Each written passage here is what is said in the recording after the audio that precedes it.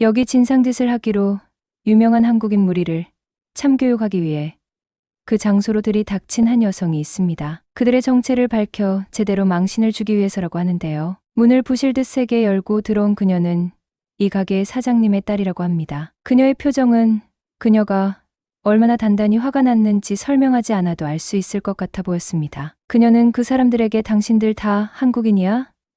입만 열었다 하면 거짓말이네. 무식한 인간들 치가 떨리게 싫다며 막말을 쏟아내는데요. 도대체 이 가게 안에서 어떤 일들이 있었던 건지 사건을 함께 들어보도록 하겠습니다. 안녕하세요. 저는 독일의 남쪽 미넨에서 태어난 대학생 리나라고 합니다. 저는 미넨 출신이지만 대학교는 베를린에서 다니고 있게 되어 어쩔 수 없이 사랑하는 가족들과 떨어져 혼자 지내고 있습니다. 부모님이 너무 그립지만 부모님도 자영업을 하시기 때문에 휴가를 따로 잡아 쉬고 그러긴 사실 어려운 상황이죠. 아마 장사를 해보신 분들이라면 아시겠지만 장사를 하는 사람이 다른 매장들은 전혀 안 쉴 때 쉰다는 게 어떤 의미인지 아실 겁니다. 그래서 어릴 때부터 저희 부모님은 한 번도 남들이 쉴 때 쉬셨던 적 없이 성실히 가게를 운영하셨죠. 부모님이 운영하시는 우리 가게는 음료와 간단한 음식을 파는 곳입니다. 워낙 엄마가 요리를 잘하셨기 때문에 손님들에게 좋게 소문이 나면서 제가 아주 어릴 때부터 지금까지 꾸준히 많은 손님들이 대기해야 하는 줄 서서 먹는 식당이 되었죠. 저는 그런 부모님을 항상 존경했습니다. 절대 불만을 하시거나 힘든 티를 내시는 분들이 아니셨으니까요. 그래서 저는 자식으로서 부모님께 가장 큰 효도는 저의 할 일을 최선을 다해 잘하는 거라고 생각했습니다. 정말 열심히 공부했고 고등학교 내내 3등 밑으로 내려가 본 적 없을 정도로 우수하게 졸업을 했습니다. 그리고 저에게 고민의 기로가 찾아온 적이 있었습니다. 부모님은 뭐든 저의 의견을 따라주셨던 분들이었는데도 막상 전공을 선택해야 할 때는 이렇다 할 결정을 못하겠더라고요. 깊은 고민 끝에 저는 앞으로 비전이 있을 만한 직업을 가질 수 있는 전공을 알아보다가 한국과 관련해 전공하는 것이 비전이 있을 거라 판단했고 한국학으로 유명한 베를린의 홈볼트 대학교로 진학을 결정했죠. 홈볼트 대학교는 무려 1810년에 설립됐습니다. 독일에서 가장 오래된 대학교 중에 하나로 대표되는 곳이죠. 학문적으로 우수해서 세계적으로 명성이 자자하고 그만큼 노벨 수상자를 배출하기도 했습니다. 베를린에서도 가장 중심 부분에 위치하고 있는 이 학교로 오기를 전 세계에서 많은 학생들이 원하지만 원한다고 아무나 갈 수는 없는 곳이죠. 그래도 저는 그동안의 노력 덕분에 어렵지 않게 합격할 수 있었지만요. 한국을 전공한다는 건 어떻게 보면 보편적이지 않을 수 있는 제 선택임에도 부모님께서는 의문을 품으시거나 반대도 하지 않으셨습니다. 저를 늘 지지해 주시고 응원을 해 주셨어요.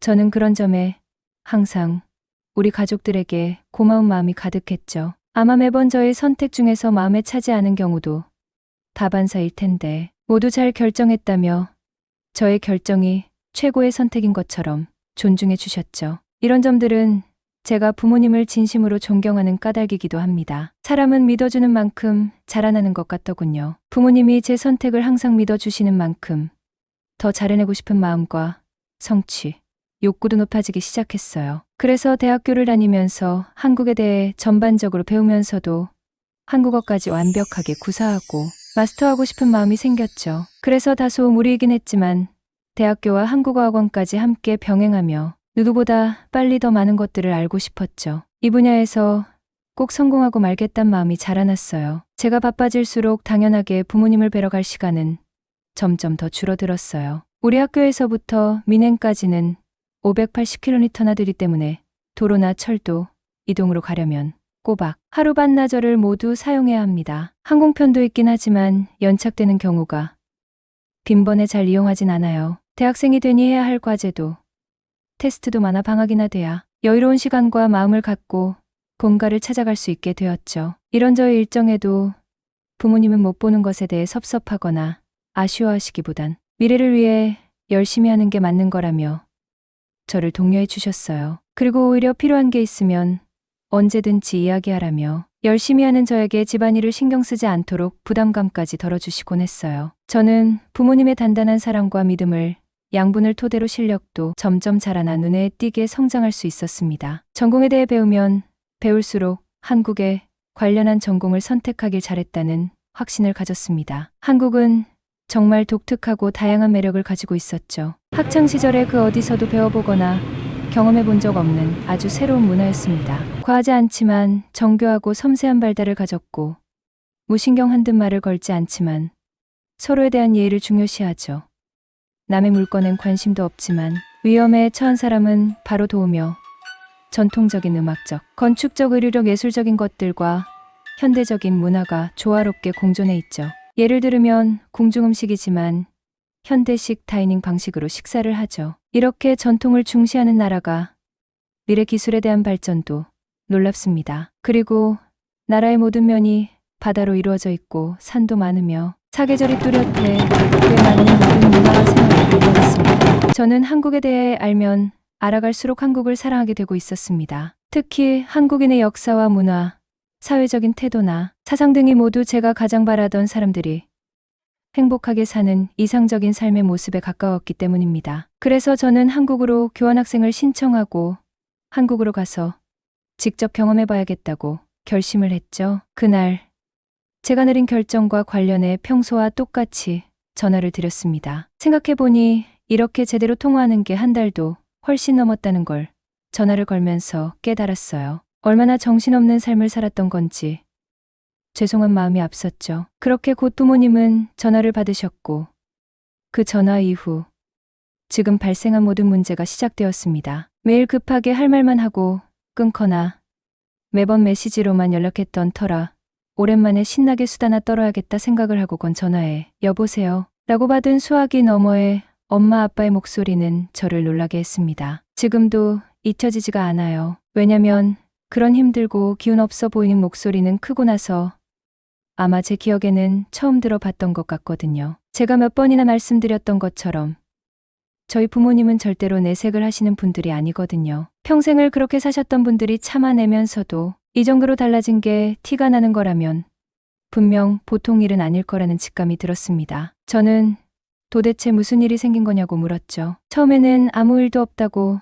몇 번이나 이야기하시다가 정말 진지하게 물어보는 제 목소리를 알아챘는지 그제서야 그간의 일들을 이야기해 주시기 시작했죠. 제가 본가로 내려가지 못하고 지낸 것도 벌써 1년이 넘어가고 있어요. 하지만 그 기간은 누군가에게는 짧다면 짧고 우리 고향이 변해버리기에는 충분한 시간이었나 봅니다. 우리 본가의 마을은 그래도 관광객들에게는 잘 알려지지 않은 동네라 제가 자라올 때까지만 해도 외국인 관광객을 좀처럼 본 기억이 없는데요. 하지만 1년여 전 K-팝 스타의 여행지로 알려지면서 관광객들이 증가하더니 이제는 관광객이 주민보다 더 많을 지경이 되고 관광객들이 마을을 거의 점령하다시피 하는 느낌이라며 골치가 아프다고 하셨어요. 저는 이해했어요. 관광객이라면 이용객들이 늘었다는 이야기니까 사실 장사를 하는 부모님에게는 더 좋은 것이 아닌가 의아했죠. 장사하는 입장에서는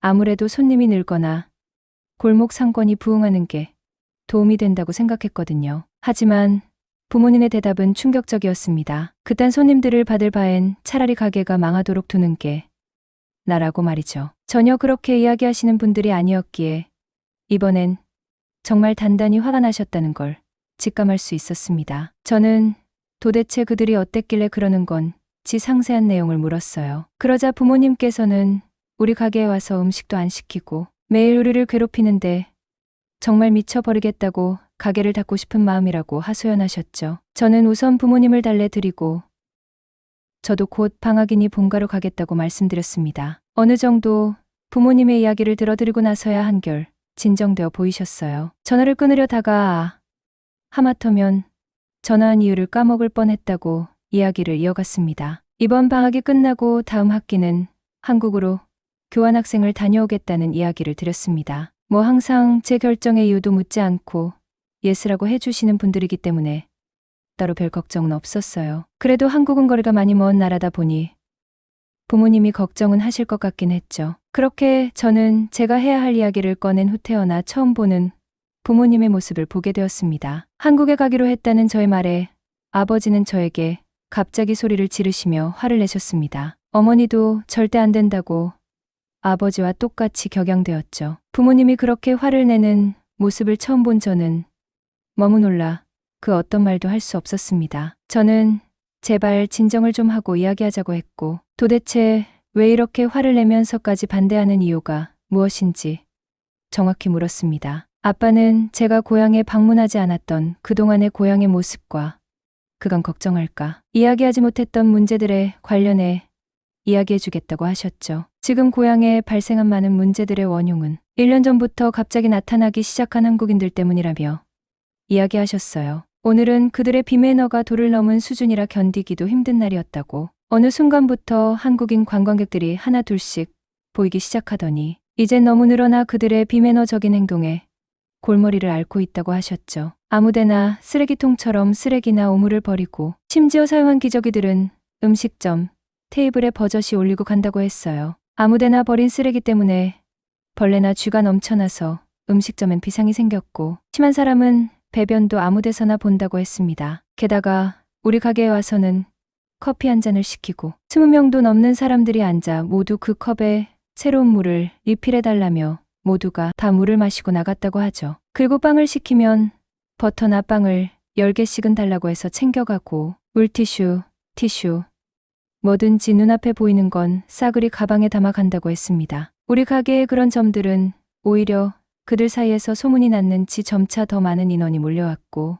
몇 명이 와도 메뉴 조금을 시키고 시끄럽게 떠들며 오랜 시간을 머물기 때문에 다른 손님은 자리가 없어 들어오지도 못하고 매출엔 점점 큰 구멍이 생겨나기 시작했다고 했습니다. 비품은 사라져가고 매출은 이전에 비해 4분의 1 정도로 줄어들었다고 했어요. 더 큰 문제는 미넨 사람들에게도 그들이 점령한 시끄럽고 비위생적인 곳으로 소문이 안 좋게 나게 되면서 우리 가게엔 그 한국인 관광객들 제외하곤 아무도 오려고 하지 않는다고 했죠. 다른 사람들도 그 관광객들을 피하고 싶어 했으니 우리 가게만 피하면 그 사람들을 피할 수 있다고 소문이 났을 정도라고요. 저희 부모님은 그동안 일인 일메뉴라든지 야박하게 장사한다는 소리를 들으실까봐 항상 어려운 사람들을 도와가며 장사를 해오셨습니다. 그렇게 인심으로 유명했던 분들이었기 때문에 이런 가게가 될 거라고는 누구도 상상하지 못했죠. 결국 부모님은 더는 안 되겠다 싶으셨는지 최후의 카드로 그들에게 다가가 이런 피해 사례에 대해 독일어, 영어, 한국어 등으로 적어 부탁도 해봤지만 전혀 그들은 듣는 척도 하지 않는다는 거였어요. 몇 번이나 사정도 해봤지만 아버지와 어머니의 말에 무시에 가까울 정도로 반응이 전혀 없었다고 하더라고요. 그렇게 부탁하신 부모님을 쳐다보지도 않았다는 말을 들으니 격까지 분노가 생기더군요. 그렇지만 저는 도저히 이런 이야기들이 믿어지지가 않았습니다. 제가 알고 있는 제가 배운 한국인은 절대로 그럴 사람들이 아니었거든요. 그래서 저는 부모님께 근데 그들이 한국인이라고 어떻게 확신했냐고 물었어요. 그러자 그들의 생김새가 딱 한국인이었고 한국어로 써 있는 티셔츠를 입고 다니고 제가 K-팝 팬이기 때문에 그들의 굿즈를 항상 가방에 달고 다니는 데 같은 굿즈를 하고 있었으며 무엇보다 어느 나라에서 왔냐는 말에 한국에서 왔다고 했다고 하시더군요. 저는 알겠다고 하고 전화를 끊었습니다. 그러고 2주 후면 방학이니까 고향으로 바로 내려가겠다고 했어요. 그래서 그들을 보고 한국인이 정말 그런 사람들이라면 한국으로 교환학생은 물론 전공까지 변경해 볼 생각이 있다고 했죠. 그러자 부모님도 동의해 주시고는 우리 몇 주 뒤 만나기를 기약했어요. 그 통화 이후에 그렇게 좋았던 한국에 대한 모든 것에 흥미를 잃었습니다. 내가 느끼고 알던 한국과 부모님이 1년 가까이 부딪힌 한국인들의 경험이 너무도 달라 상충되면서 부딪히는 듯했죠. 매일매일 열심히 살던 제가 대충 시간만 보내며 열정적이게 살지 않자 제 친구들도 모두 다 알아봤죠. 무슨 일이야? 라고 몇 번이나 묻더군요. 저는 모두 다 한국에 대해 배우고 있는 친구들인데 우선은 아무런 이야기도 하고 싶지 않아 나중에 이야기하자고만 할 뿐이었어요. 드디어 기다리던 방학이 다가왔고 대충 짐을 챙겨 빠르게 고향으로 내려가기로 했습니다. 너무 마음이 급해 도착하면 저녁일 텐데 하루도 지체하지 않고 바로 내려갔죠. 그렇게 정말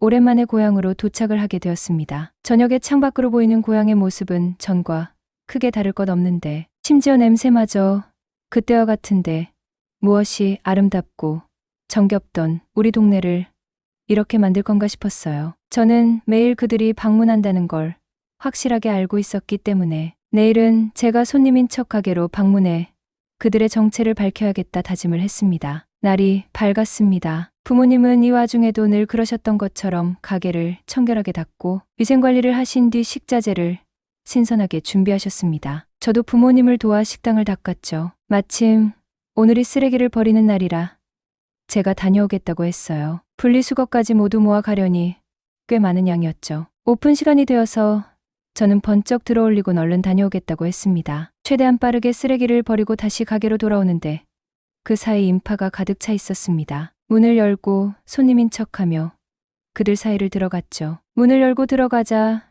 형용할 수 없는 이상한 냄새가 났습니다. 뭐할까, 기름기 가득한 음식들이 섞인 냄새라고 해야 할까요?